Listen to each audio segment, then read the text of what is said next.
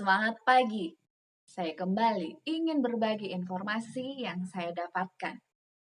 Saya ingin bertanya, berapa banyak di antara kita yang gemar untuk minum air es, makan es krim, ataupun meminum minuman lain yang berwarna yang ditaruh banyak es batu di dalamnya?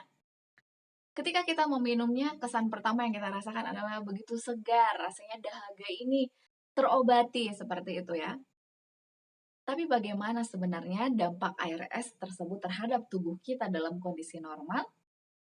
Di lain sisi, es batu ataupun air es sangat berguna bagi orang-orang yang mengalami panas tinggi, demam sekitar 39 bahkan sampai lebih dari 40 derajat Celcius. Biasanya ditangani oleh pihak rumah sakit, oleh perawat, baik itu dengan air es batu ataupun juga balok es yang diletakkan di bawah ketiak dan di samping tubuh kita, supaya tubuh ini cepat kembali ke suhu normal.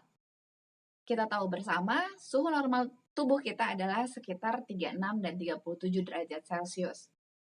Jadi, ketika kita memasukkan air es yang sangat dingin, ternyata itu memberikan dampak kepada tubuh kita untuk membuat pencernaan ini sangat berat untuk bekerja. Karena air es itu membuat pembuluh darah kita ukurannya mengecil atau menyempit. Dan sangat susah bagi pencernaan untuk bekerja, kayaknya makin berat yang harus dilakukan. Selain itu, air es juga membuat tubuh kita sangat susah untuk menyerap nutrisi. Seakan-akan air es ini merampok nutrisi kita. Kenapa? Karena ketika air es yang masuk ke dalam tubuh, padahal tubuh kita berharap suhu air yang kita masukkan itu sama dengan suhu tubuh kita.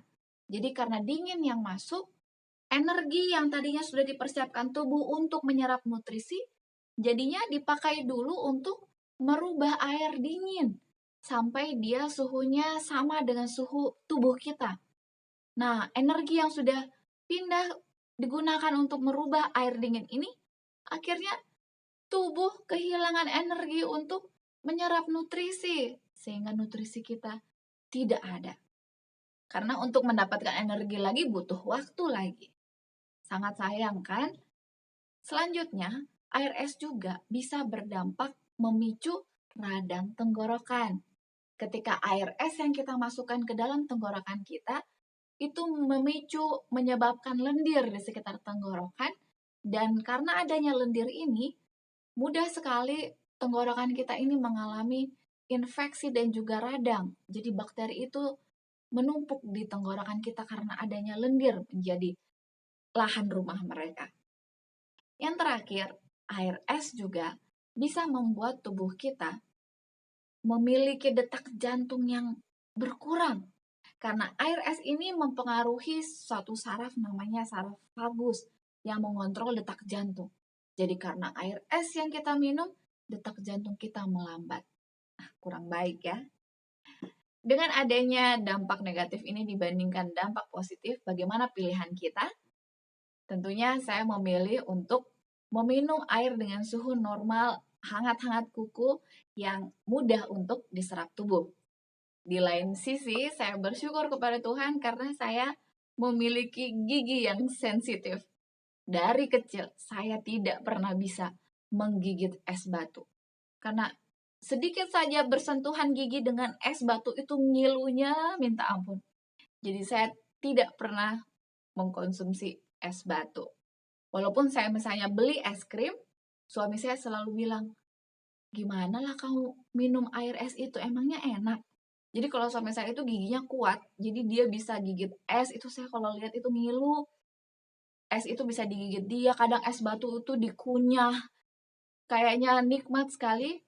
Kalau saya beli es itu, saya cairkan dulu sampai dia meleleh, baru bisa saya nikmati. Begitulah. Dan bagaimana dengan Anda yang memiliki gigi yang kuat? Tentunya itu menjadi pilihan bagi Anda. Jika Anda ingin hidup lebih panjang lagi usia Anda dan lebih sehat, mari kurangi minum air es. Baiklah, mari kita lanjutkan bacaan renungan pagi kita hari ini 27 Maret dengan judul Kesetiaan Elisa diberi pahala. Ayat intinya terdapat di dalam 1 Raja-Raja 19 ayat 19. Setelah Elia pergi dari sana, ia bertemu dengan Elisa bin Safat yang sedang membajak dengan 12 pasang lembu, sedang ia sendiri mengemudikan yang ke-12. Ketika Elia lalu dari dekatnya, ia melemparkan jubahnya kepadanya. Mari kita dengarkan penjelasannya. Nabi Elia sudah hampir hendak mengakhiri pekerjaannya di dunia ini. Seorang yang lain harus dipanggil untuk meneruskan pekerjaan pada zaman itu. Dalam perjalanannya, Nabi Elia ditujukan ke arah utara. Kemana saja Nabi Elia memandang, tanah yang dilihatnya adalah dimiliki oleh seseorang. Seorang yang tidak sujud menyembah Baal, yang hatinya telah tetap tidak bercabang dalam pekerjaan Allah. Pemilik tanah itu adalah Safat. Perhatian Nabi Elia tertarik kepada Elisa anak Safat, yang bersama para hambanya sedang membajak dengan 12 pasang lembu. Elisa adalah seorang pendidik, pemimpin, dan pekerja. Elisa tidak berdiam di kota-kota yang padat penduduknya. Ayahnya adalah pengolah tanah, seorang petani, jauh dari pemborosan kota dan istana. Elisa telah menerima pendidikannya. Ia telah dilatih dalam kebiasaan kesederhanaan, penurutan kepada orang tuanya, dan kepada Allah. Tetapi meskipun mempunyai roh yang lemah lembut dan pendiam, Elisa tidak mempunyai tabiat yang berubah-ubah. Dia memiliki keikhlasan dan kesetiaan, serta kasih dan takut akan Allah. Ia mempunyai sifat-sifat seorang pemerintah, tetapi bersama itu, semuanya adalah kelemah lembutan seorang yang mau melayani. Pikirannya telah dilatih dalam perkara-perkara yang kecil, supaya setia dalam apapun yang harus dikerjakannya. Dengan demikian, sekiranya Allah memanggil dia untuk bertindak lebih langsung bagi dia, ia akan bersedia mendengar suaranya.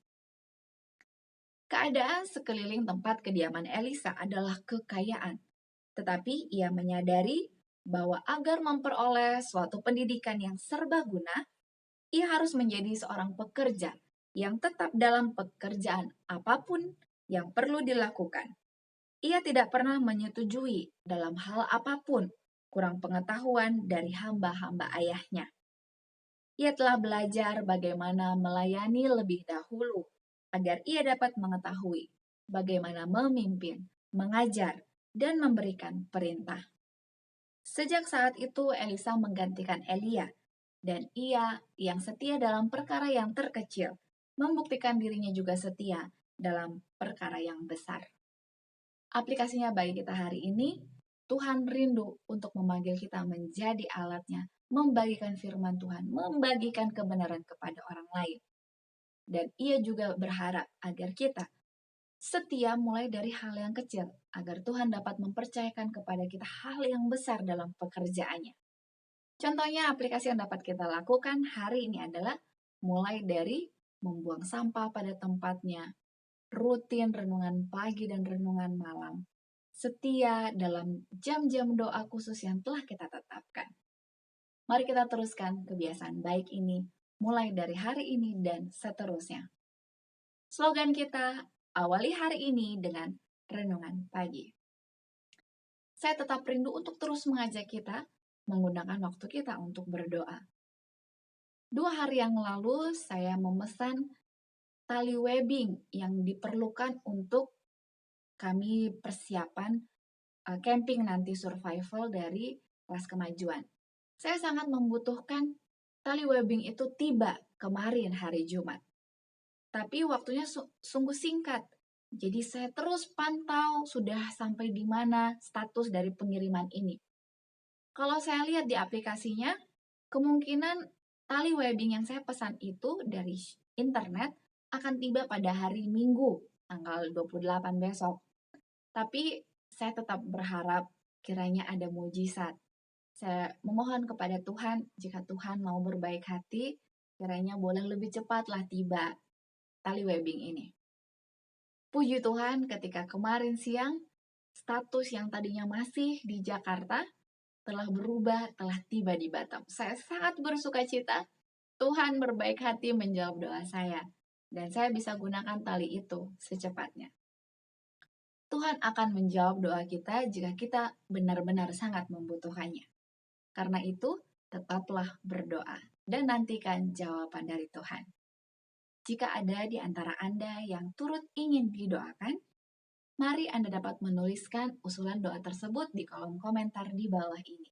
Dan saya akan turut menjadi sahabat doa Anda. Terima kasih banyak.